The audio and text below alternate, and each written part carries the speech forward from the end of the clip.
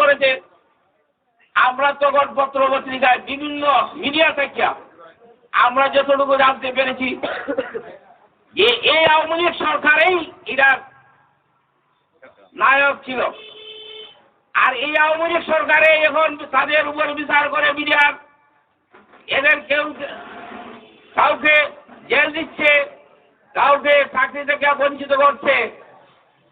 আমি দেখছি তাইরপুরের যে এই যে কিছুদিন আগে যে নাটক হয়েছে, এই যে তাদের যে নেতার যে বক্তব্য, এই বক্তব্য থেকে এরাই বাইর হয়ে আসছে যে ওই কিছু সংখ্যক মানুষের জেল হবে আর কিছু সংখ্যক মানুষের চাকরি যাবে।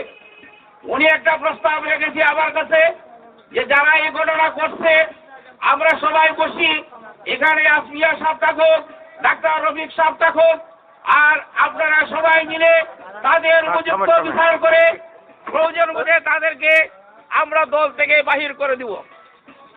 ভাইরা আমার, আমরা এই বিষয়ে আমরা সবার সাথে একটু আলাপ আলোচনা, সবার সাথে যোগাযোগ করে আমরা পরবর্তীতে কি করা যায় আমরা চাই। আমরা বিএনপি এক, বিএনপি যেই কাটারক আমরা তাকে ভোট দিব। কিন্তু এই যে গ্রুপিং দলাদলি এইটা এখন সব ময়দানে পড়ে গেছে, পয়সার বিনিময়ে যা হয়ে গেছে। যদি খাওকান্দি বাজারে যদি আল্লাহ হয়তো এটা রক্ষা করছে, যদি আমি এই দিন না থাকতাম, অনেকেই আমার কাছে প্রস্তাব দিছে ঘরের ভিতরে যারা আটকে রাখা হয়েছিল, আটকে যুদ্ধ করে তাদেরকে বন্দী করা হয়েছিল।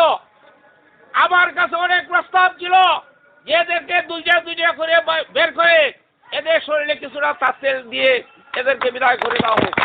কিন্তু ঠিক আছে, চোরের মতো মানুষ বসে রয়েছে, চোরের মতো মুখ ঘুরে তারা গেছে।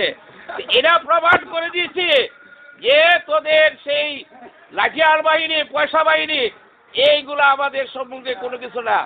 আমরা তোদেরকে অনেক প্রস্তাব দিয়েছিলাম, অনেক অনুরোধ করেছিলাম, তোরা যখন আমাদের কথা মানুষ নাই, আমরা যখন বীরের মতো যে বাজারে উঠলাম তখন তোরা বন্দী হয়ে গেলে। যাই হোক, আদার হয়ে গেছে। আমি সবাইকে পরবর্তী আমরা এই বিষয়ে কিছু আলাপ আলোচনা করবো। সবাইকে ধন্যবাদ জানিয়ে আমি আমার বক্তব্য এখানে শেষ করব।